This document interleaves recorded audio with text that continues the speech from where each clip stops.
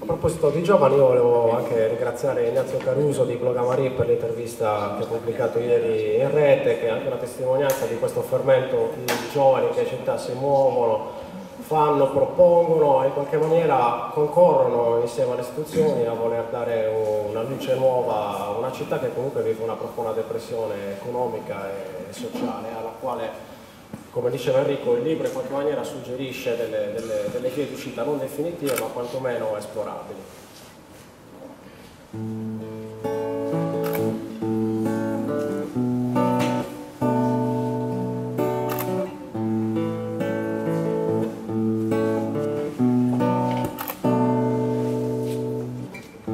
Ancora non è notte, a Valverde, ha piovuto poco prima che il sole si perda. Su Cuide è l'unica reggia della valle e le colline forse un po' grigie le fanno da chalet. Come scalare questa montezza, un silenzio rotto solo dalla brezza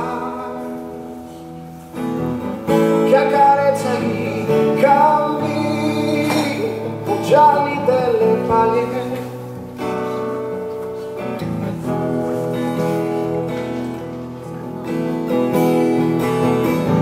Ed è sughere di cire solo la mia soglia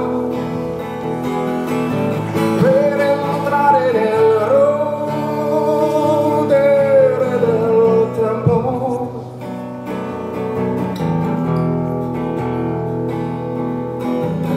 Nel mosaico del cielo, nelle tracce leggere che io bravo in questo solo.